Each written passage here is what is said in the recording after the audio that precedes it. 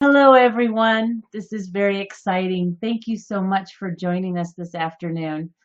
I know a majority of you have busy schedules, and it is quite an honor that you're joining us this afternoon.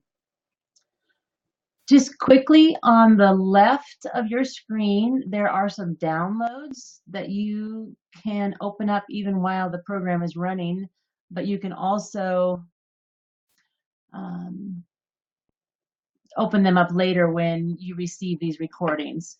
Plus, Mary and I will send these out to you in a PDF file via an email afterwards. And if you have questions as this program goes on, you can simply type in a message, and hopefully I have time to answer some of them.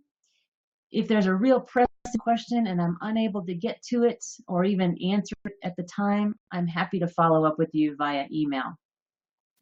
So if you can hear me, can you simply type yes into that message spot? Yay, it's all working. Thank you. We have people from all over, and that's, again, quite exciting. So welcome and thank you, and happy holidays. I'm Rebecca Rose. I'm the founder and president of Catalyst Veterinary Practice Consultants. And over the past few months, we've been creating this new idea and concept around practice prosperity movement. And we felt it would be nice to give you guys a quick free webinar as to a sampling of what might come in the future. So today we're going to talk about the top 3 challenges sabotaging your practice prosperity. And we'll be offering you these tools for success, and again, introducing you to this practice prosperity movement idea.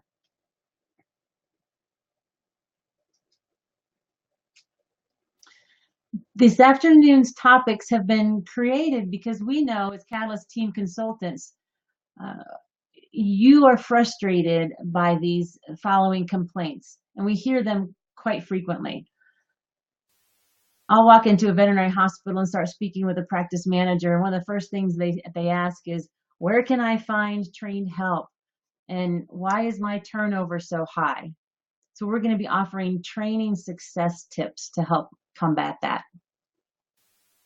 The other topic is we implement new ideas and we just seem to fall short.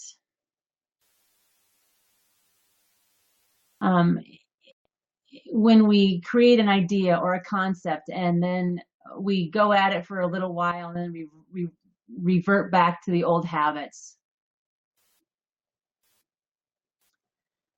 Another constant frustration is that our hospital morale is low and culture lacks traditions. We lack focus and purpose.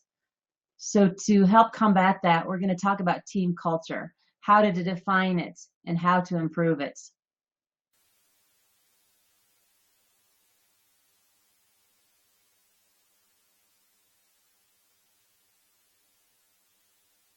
You may be aware that the turnover within the veterinary industry is very high. I was reading an article in the AHA Trends magazine a couple of years ago, and they actually stated that turnover in other industries is about 12 to 15%. The turnover in the veterinary industry is 29%. And I've myself have been working with veterinary teams and others on my consultant team with veterinary practices upwards of 60% or higher in turnover. So if you're falling into any of those, which is probably pretty likely, we know that that's frustrating, it's stressful. It doesn't allow for consistent messaging, consistent patient care, and consistency in offering a great client experience.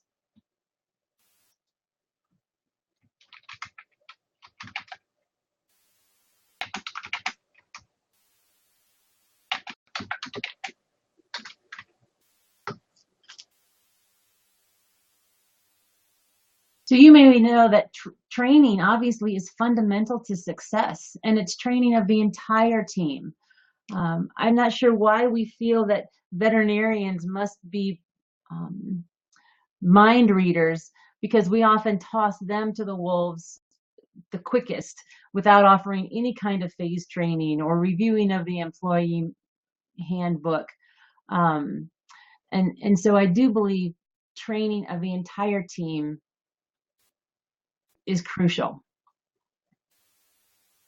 So recall your first experience in a veterinary hospital. These are actually pictures of myself when I was 18 working at Town and Country Animal Hospital. And I can remember the first day I actually walked into the veterinary hospital. I was 16. The technician that I worked with at the time, her name was Lena Drummond, and she was actually a previous teacher at Colorado Mountain College. And one of the first things her and I did together was euthanize a little wild bunny. Now I knew even at the age of 16 why that was important, and it was hurt, and we were alleviating the pain and suffering. But think about how we are introducing new team members to our veterinary practice. How often does someone walk in the door? We need a warm body. We need a kennel assistant or a technician assistant. We have them fill out the application and they say, yes, I'm available. We toss them a scrub and send them into the back to assist with some kind of procedure or restraining an animal. So consciously and objectively look at what you're doing to these folks, especially some of these younger individuals that are possibly being hired for the first time. And are we setting them up for success? And are we giving them and even leading by example through that work ethic that we'd like to have them? In order to create this culture of training and professionalism, I strongly recommend identifying a trainer and supporting the person in that position. I met a veterinary technician working in Rhode Island the other day, and he works in a general practice, but also has other satellites that they're coordinated with, and that is his job. That's his responsibility. He is the trainer and educator, and he embraces that and is supported in that as a specialty for him and his team. Again, you have received, and you will receive even in an email, these 8 training success tips. And I'm going to go through each of them and further enhance this. So this is in regards to that identified team trainer and how this position can be supported and offer everyone success in that fundamental training. First, you have to know the job description. Oftentimes, we create a job announcements or even not even sure who we need to hire. We haven't identified a hiring strategy because we may think we need to hire a veterinarian because, oh, we're so busy and the caseload seems so much. But once we start diving into that and really looking at the caseload, looking at the time management, asking our veterinarians what that's looking like, and asking the technicians and others on the team, we may find that a credentialed veterinary technician, or maybe even 2, being elevated in special areas can certainly decrease that workload. We can be more efficient. And that is only through a hiring strategy. So identifying for each case the job description. We may truly need somebody in an entry-level position. Fantastic, we've got those job descriptions. Or maybe through this process, we've identified we need to hire a veterinary technician specialist or someone with advanced dental procedure skills that also would like to work in the exam room and outpatient care and have this desire for or has skill sets in inventory management. That's a very defined, succinct person we're looking for. Create that job description, create that job announcement around those specific skills, and then train to that as well. Number 2 item here is written and visual standard operating procedures. And the reason why I put down visual is because a picture is worth 1,000 words. Uh, Standard operating procedures are not that common in veterinary practices. And you will find that in the handout, I've actually given a link to a generic standard operating procedures manual from the ASPCA. Now, this is just, as it says, generic, but it gives you some kind of skeleton to work in. It gives you an example. It gives you a format. And I do believe in these photos. Take a picture of what you want the anesthesia machine to look like, or what you want their dental machine to look like at the beginning of a procedure. Maybe even the picture of the spay pack. Give them visuals. Now, the benefits of having a standard operating procedure includes, as you can imagine, simply avoids confusion over who does what. It provides guidance. It protects the staff and the clients. It oftentimes includes safety reviews, and I strongly recommend that. It establishes that standard of care and quality of service, what we strive for, what is our standard of excellence, how are we going to meet that, and what's that going to look like around everybody. So number 3 here is slow it down. Think about that trainer who can do the majority of these skills and has been working in the veterinary hospital for a long time and has shown leadership qualities, but they can do a number of these tasks and duties with their eyes closed, so to speak, or their hands behind their back. So when they are teaching and showing and demonstrating, remind them to slow it down, especially for those entry-level technicians or assistants, or even receptionists. Give this training the time and respect it needs. And also remember, too, that the trainer doesn't train everything. They're not going to be the expert in everything, but they oversee that all of this is getting done. And they help delegate and identify someone who does have the perfect skill sets to offer the training in that specific area. Because training truly is a team effort. So number 4 here is identifying check-ins and check-offs. I'm all about organization and charts and flow charts and Excel spreadsheets. A scavenger list is something I've implemented in my training programs, which I'm happy to share with you at a later date. But a scavenger list is kind of like a treasure hunt, and it encourages people to open up drawers, look into things, be snoopy, find where the crash kit is, identify where all of this back stock is. And the scavenger list has for the receptionists and for the technicians and assistants. And we can even create one for the veterinarians. I've never thought about that, but why not? We can create a scavenger list for them. And oftentimes, when I know someone's training and they're doing their scavenger list, I can throw an envelope with a thank you note in it and maybe a $5 gift certificate to a nearby Subway or something along those lines, just reinforcing that they're doing the right thing. So check-ins can occur on a weekly basis at the beginning and then start to taper off as the phase training continues.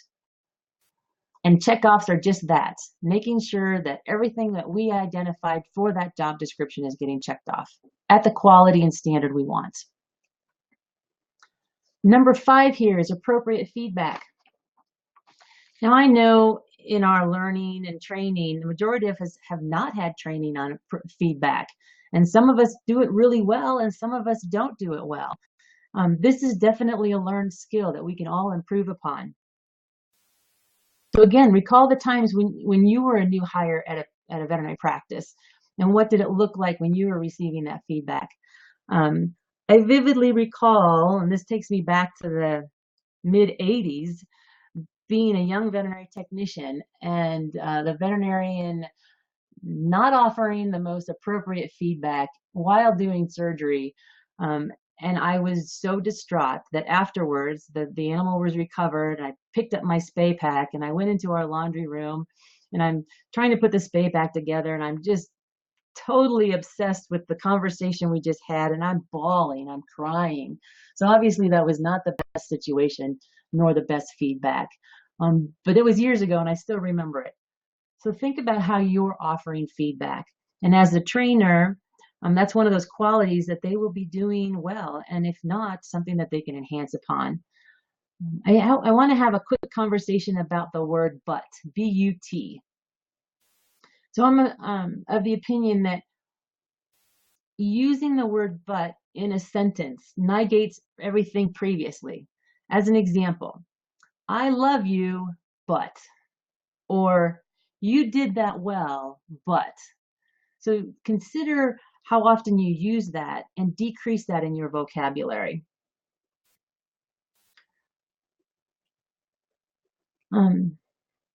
The other idea of being the trainer and offering appropriate feedback is catching the trainee doing things right, or anybody for that matter, acknowledging a job well done. And also anticipate those teachable moments when you can improve in the moment then and there. I know too, as a trainer, even with children, sometimes it's okay. You're anticipating they're going to fall down and you let them fall down and then you help to pick them back up. That's the insight of a good trainer.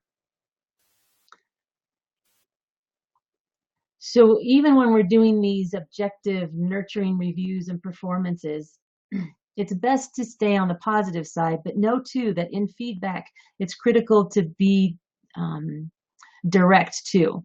You don't want to sugarcoat it so much that they're not getting a message that something needs to be improved. I hear that all the time. And you may sometimes have the opportunity to say, the other day I noticed your surgical assistance with the TPLO was well done. And the veterinarian explained how helpful you were in it. Keep it up. So there's sincerity in that feedback and that recognition. So then another tip for training success is around adult learners. And obviously that's who we're dealing with every day.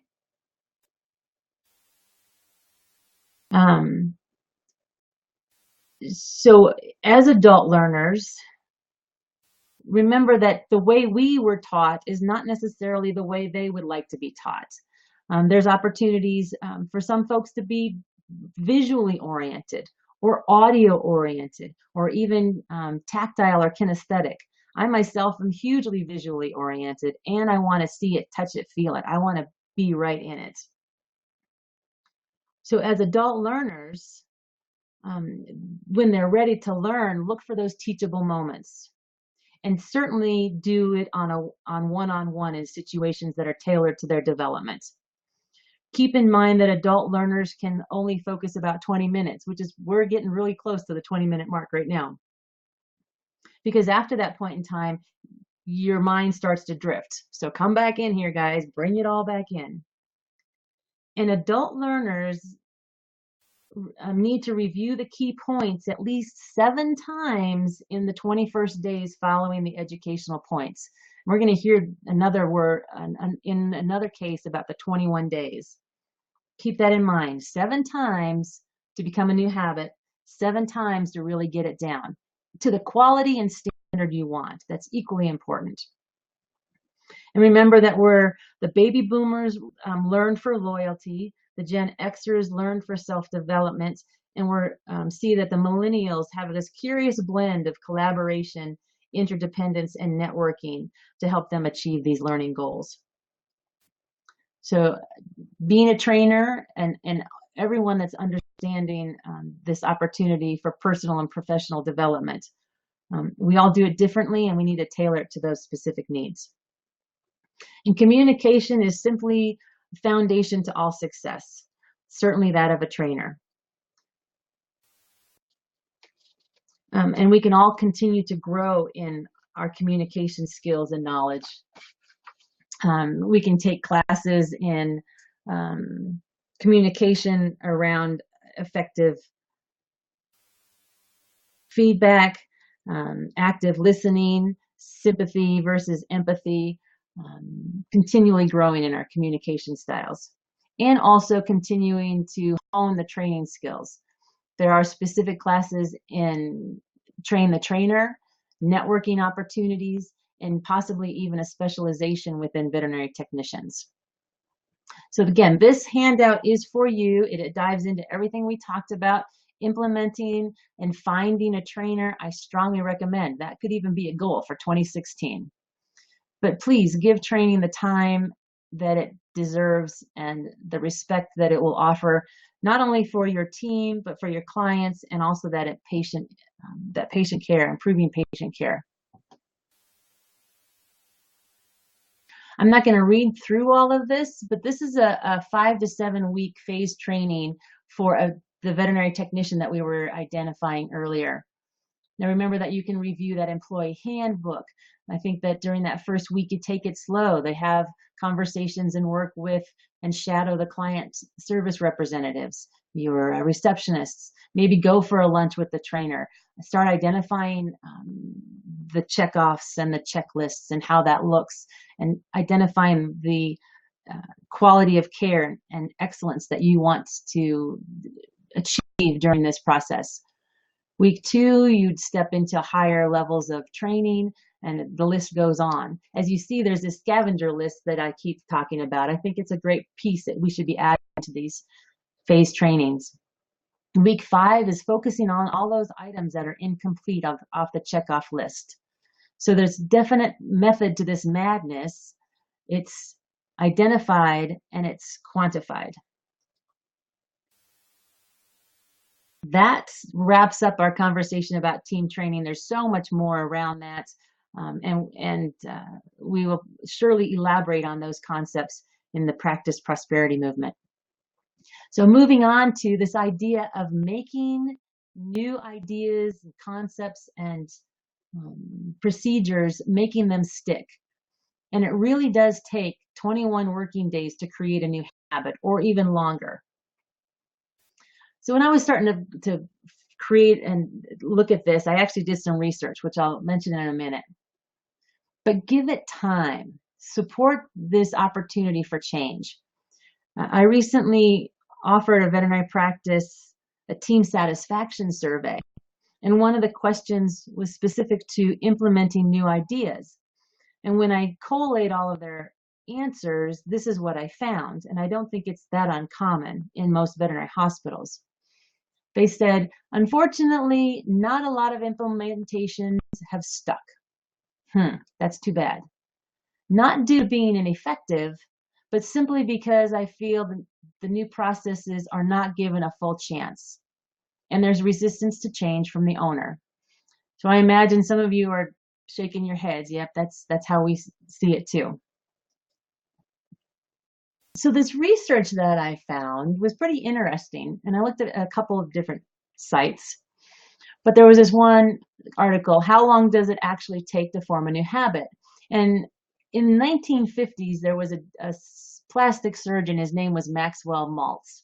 And he started seeing and identifying and trending that his clients that had plastic surgery on their face, he saw this continual 21 days to have an acceptance as to what their face looked like.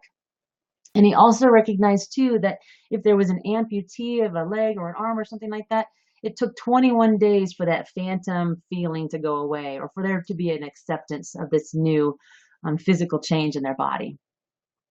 So I'm not saying that 21 days is the magical number, but it seems something that we can hang our hat on. Now, in another article, a European Journal of Social Physiology stated, on average, it takes more than 2 months before a new behavior becomes automatic. And they're even directing this maybe even to 66 days to be exact, or longer. Depends on what the behavior is, or the new idea or concept is, how involved it is, and as we know, what kind of buy-in there is. So please give it time to cultivate and grow an idea. Don't just assume that once you throw it out there, it's going to be accepted and embraced and everybody's going to get it.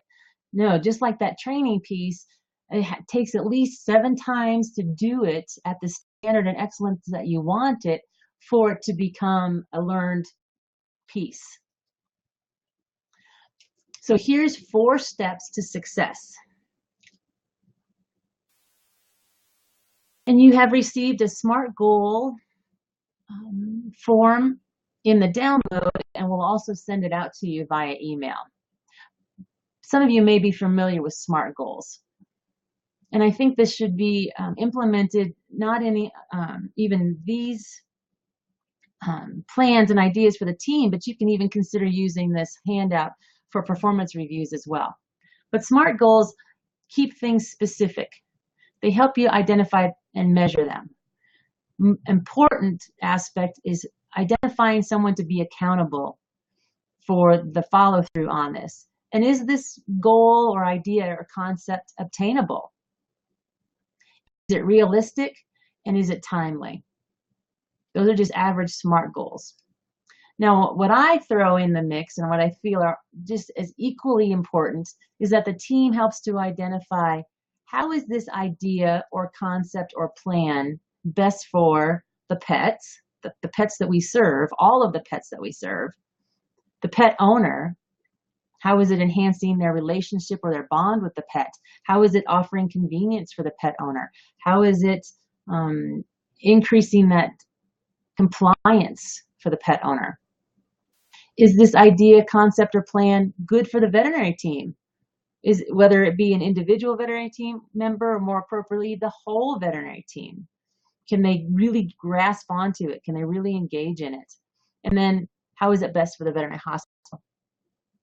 Now this whole process can be used towards the purchase of a product, or maybe setting some incentive programs, or maybe even helping support a team member in a specialization or growth that they want to achieve. So this handout can be used in so many ways.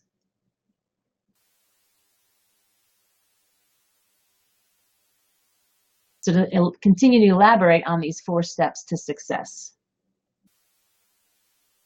Setting clear expectations in the follow-up and the progress reports. Again, that accountable person who's championing this plan. And then identifying when you're going to reassess this evaluation, and do that objectively. Sit down and really say, have we met our goals in this? Is this measurable? Is this attainable? What have been the obstacles to overcoming this? Is it still something we want to achieve? But really look at that objectively. And then celebrate the success. Once you've achieved it, celebrate it. And anybody who knows me realizes that we don't celebrate enough. There's always an opportunity to improve upon that. So before I go any further, I'd like to offer opportunities for comments or maybe even a couple questions around the ideas of the training, identifying a trainer, inputting and creating phased training. What about this 21 days to success? What have been your experiences in that? So if anybody has any questions, I'd like to see them now. You can type them in. I'll give it a few minutes.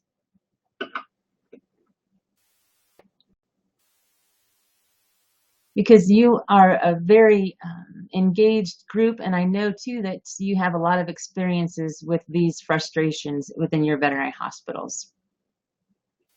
And if you can't come up with any questions now, you can always feel free to post things on our Facebook page or even email me.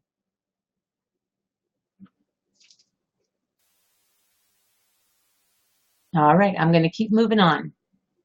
So this whole idea of celebration segues really well into introductions, traditions, which will segue into team culture. However, Sue has a question. It's a great question. She asks, should you limit the number of plans you want to implement at one time? Most definitely. I think anything more than 3 or 4 in a given period of time is really overwhelming. So prioritizing will help you out immensely. As an example, even from what we're talking about today, you might need to go home and back to your team and say, my gosh, we haven't reviewed our mission, visions, value statements in a year. That would be a good place to start. Or even implementing these training programs, possibly education and special ed training on some of the services that you provide. But don't overwhelm them in these plans and goals. And heading into the new year is a great time to do that. you as a manager and veterinary owner would definitely know and prioritize yourself and say, these are blaring red flags to us. We've got to tend to these things. But then also ask your team too, what are priorities for them, and how can, as we a team, through some of these worksheets, tackle these plans and goals and ideas and concepts together.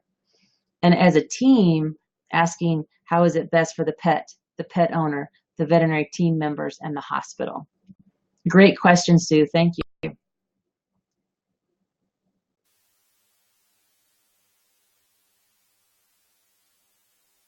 All right, we'll come back to this idea of team culture and what does that look like.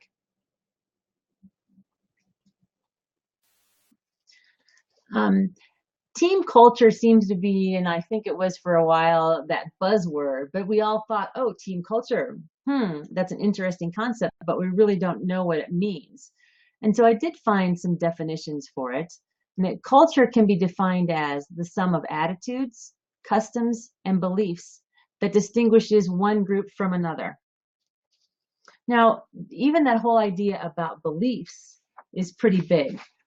And organizations, hospitals, communities, nonprofits, they all have a culture, regardless if it's defined or works towards improvements or anything like that. I was at an AHA convention a couple of springs ago, and I was in a workshop talking about culture, and it's sitting at this table with a veterinarian and other folks, and the veterinarian quickly pipes up kind of gruffly and said, ha ha ha, we don't even have a team culture. Well, saying that truly defined it already. It's saying that we don't have direction, we don't have a vision, we are lacking in guidance and guiding principles. So not having a culture by default, there is a culture always.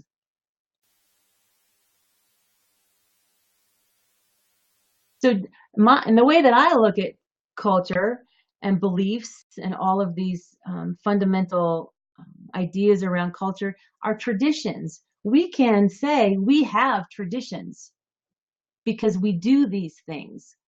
So obviously this is a Halloween tradition at the veterinary hospital I worked for many years ago.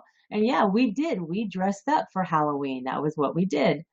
At Town and Country, we also had in hospital training, and that was a part of our culture. We valued continuing education of everybody on our veterinary healthcare team.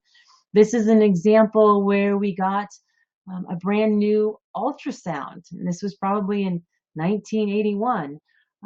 And so to help everybody know and understand the services we were now able to provide around this awesome new ultrasound machine, one evening we offered continuing education within the hospital. We had dinner that night, and this is actually my dog Gemma. She's sedated, and that's Dr. Ray Molina. And we continued to look at kidneys and hearts and parts and pieces, and everybody got a chance to put the probe over the gel. It was fantastic, and it was inclusive to everybody because the receptionists were able to now see the what that was looking like and watch the screen and see how the technicians and the veterinarians work together to make that happen. So very much so, a tradition around continuing education, what you're showing me already, is part of your culture because you guys are here right now. More traditions may be around volunteerism, that many people on your team volunteer for 4-H or possibly other community outreach aspects in your area, or maybe even offering over here. This is a picture of my daughter, but this is creating a dog wash. Barbecues can be parts of a tradition. So think about this when you're talking to your team about culture, because I think traditions is something we can really latch onto. It's very visual, it's very tangible. Sometimes those beliefs are more difficult.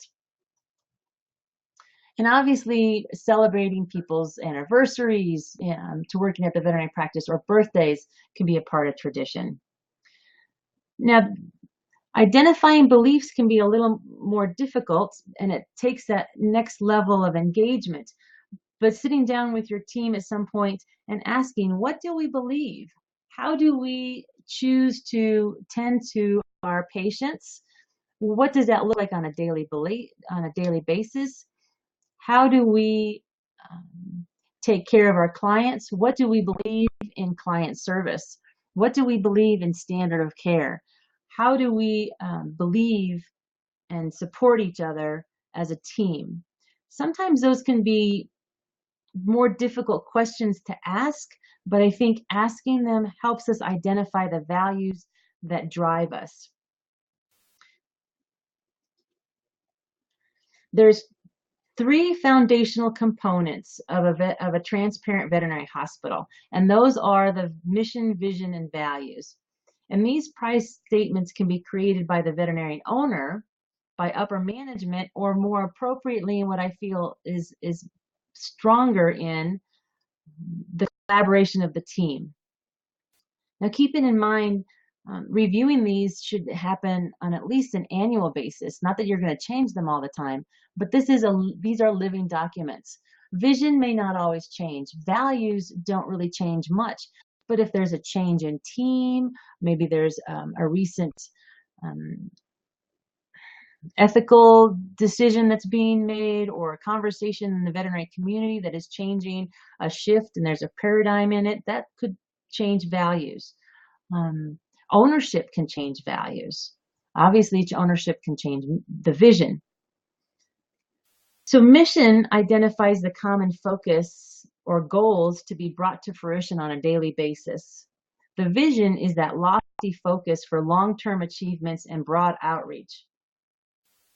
Who and where you want to be in the future. The values are the team's guiding principles of how to be, what you believe, how you treat each other, the patients, clients, and even the community that you serve. And these truly are living documents, and I really strongly suggest you take a look at them. If they're not relevant, then ask the team to create them. Because practices without a purpose will fall short. And in the handout that I've given you, there are complete exercises to walk you through this. So together, define the values, define that vision, and define that mission. And the more concise it is, the easier it is to remember. Oftentimes, missions are 4 or 5 sentences. They're rather wordy, and we usually use wordsmithing, and we look at that and go, huh, that's fantastic. However, ask your team randomly, what is our mission? And if they don't know it, it's time to reevaluate. And when you're working through these together, empower them to be innovative. Do this in a safe place. Encourage really open dialogue and help to solve those problems. But this is also a great opportunity for building trust. So does your team know and live your mission statement?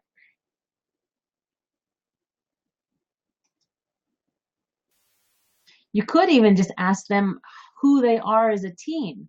This brings about that whole acronym of team. Together, everybody achieves more, which I feel is appropriate. But your team may even see themselves as innovative, effective, creative, and communicative. Wouldn't that be awesome on as a daily mantra? This is what we saw as a team, and this is how we see each other. I think that would be great. Also, you could create mantras around professionalism in a similar way.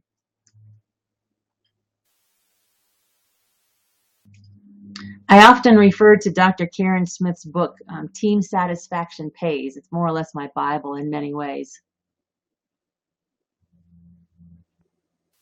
And so someone just wrote that Yamaha in the 1980s had a mission of beat Honda. They probably did. Simple and understandable to those in that company. Exactly. A mission statement does not have to be 60, 80 words. A mission statement, as Joe's pointing out, can be 2, Even as a general rule, when I see mission statements, it's all about we offer quality medicine, we treat our clients with respect, we treat our pets with respect, and we treat each other with respect. Um, and we want you to come back. We want you to be a repeat client. We want you to love us so much and feel so good about the services we provide that you come back. Thank you, Joe. So back to this transparent leadership. Transparent leadership creates trust. Trust requires that there are consistent, predictable, and reliable messages from the practice leaders. Trust reduces stress, yay, and anxiety, yes, enhancing interpersonal relationships and improving practice efficiency. We all want that. It's amazing what trust can do. Leaders should not assume that the team trusts me. Therefore, I don't have to tell them what's going on. When in all actuality, it's quite the opposite. Because I tell them what's going on, and I'm transparent, and I'm sincere, they trust me. So think about this. I think this is a guiding beacon, a guiding principle for all managers and leaders and veterinary owners.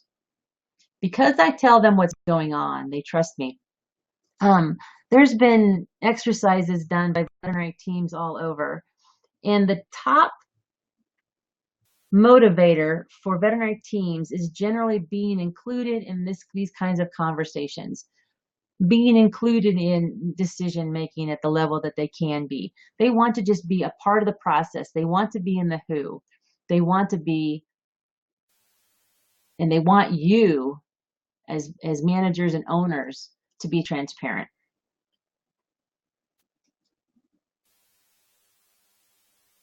So how could you do this? Again, you need to come back to that SMART goal. You're going to identify it, improve the culture. That could be your specific title. And it's measurable. This is where we are right now. And this is what the ideal culture looks like. I actually gave this class at Western Veterinary Conference, and it was pretty profound. We simply opened it up to the floor. What does the ideal culture look like? And it was like, my gosh, like opening the floodgates. Everybody can see what that looks like. They know what they want. The feeling of a good culture would really drive them. That was fantastic. And you can have this conversation with your team too. This might be the second harder spot. Okay, let's get real. What is the practice's current culture? That's going to be that tough conversation possibly. I don't know that this would be considered a high risk or a low risk, but I think it'd be an important question to ask. So once you do see that, the ideal culture and where we are right now, what are the gaps? How can we fill that? So as an example, in the ideal culture, we do embrace continuing education. We do embrace open dialogue. We do embrace innovation. Fantastic. Maybe we aren't being as innovative as we could be. Attending a Colorado Veterinary Medical Association class on innovation, it was really interesting to me. Innovation does not have to be this monstrous, hairy shift in paradigm or overextending ourselves to change. That doesn't have to be innovation at that level. Innovation can be very simple, very easy, something that we can identify. You may have a team member that comes up with this great idea that says, hey, you know what? It might be, this is probably true, it might be more time efficient for us to have a veterinary technician sit in the exam room with the veterinarian and fill out the physical exam report and the client record while all of that's happening within the exam room. Let's give it a shot. That could be an innovative change. And so in order to embrace that innovative culture, we would have to embrace that change as well, big or small. In small numbers, like Sue's saying, not a whole lot at once, a few things. Plus, just achieving them and celebrating them says, we've done it. We've done it in the past. We can continue to do it in the future. And I also recommend starting out with smaller goals too, and then reach towards loftier goals. So once you identify this, then you can start filling in those gaps. Here's an example of what I'm like I said earlier, I'm very visual, of this idea of what the clients see around our culture, and that's above the waterline, and what is actually driving that experience for the clients. As an example, we have under the waterline that bigger piece of the iceberg, the values, the respect for each other, the team building, the continuing education. Those are your drivers, the trust. Then you have the vision. And above is just that the smaller piece of the iceberg that your clients see, the quality care, the client service, the policies that you create, the community outreach.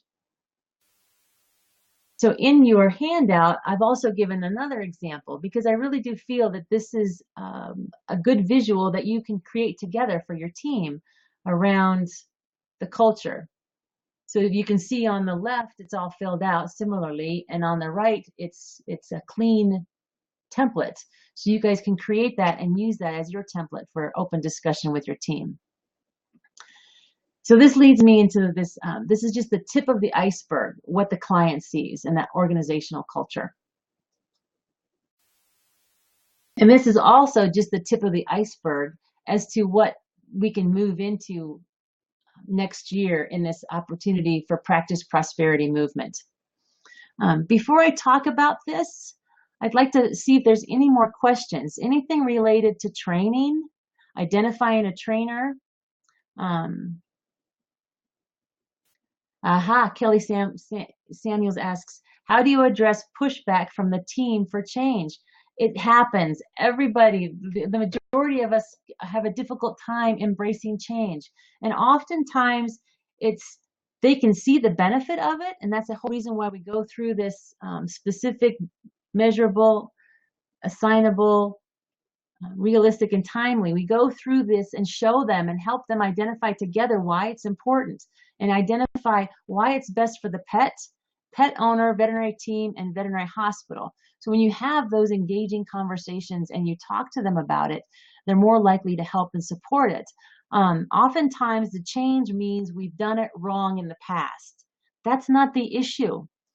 If you have a team that is innovative and wants to improve and wants to increase the patient care, always bring it back to patient care because you can in all instances, then there'll be more buy-in.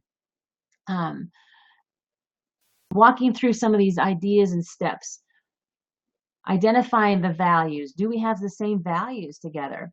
And oftentimes it's one or two saboteurs in a team. And is it time to evaluate why they saboteur and are they best for our team?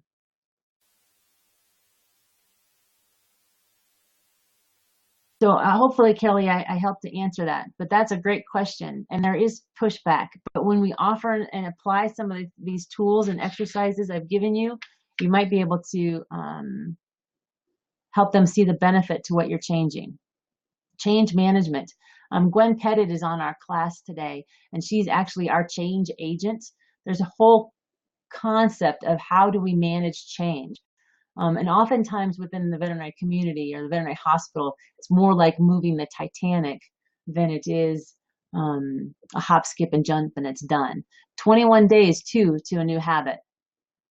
So Joe made a comment that my staff often sees in-house training as a means of increasing their workload instead of creating ability to increase our standards. In turn, demonstrate disinterest in the training. Ugh.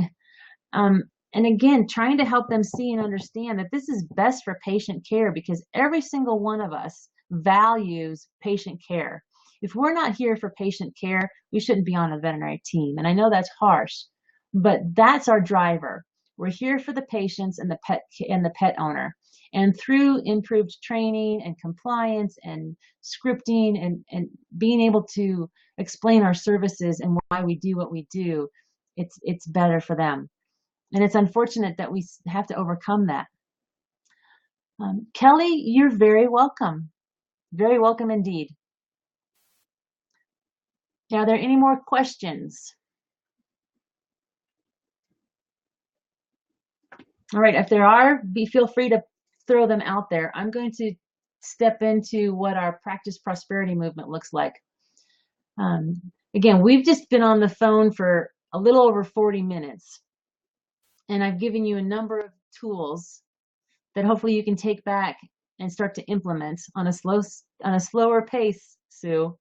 And this is just a teaser as to what can be given to you in the upcoming year.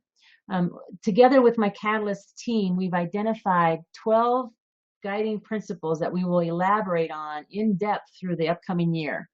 The first month, we will talk about the common purpose, diving into these more ideas of values, vision, and mission, because we just touched upon it. Communication, key to all success, would be a conversation in February. That will be February's topic. Then having and speaking with the team on financial stewardship, because it truly is a team sport. And then team wellness. We have to fill our cup to overflowing before we can fill anybody's else.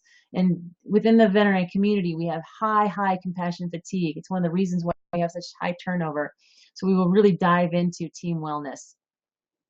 The next conversation will be about that trust and delegation, which equals team satisfaction and improved patient care. And then the halfway through the year, it will be team delivered veterinary care, self-managed veterinary teams, which is what we're talking about here, Kelly. Those self-managed teams, driving and motivating individuals, but also really coming together as a team and synchronizing and offering the best care possible. I'm going to hop into Jamie's question. How long should a mission be? What about vision? I've worked in many practices and don't think I could repeat the mission of any word for word. Exactly. They're too lengthy.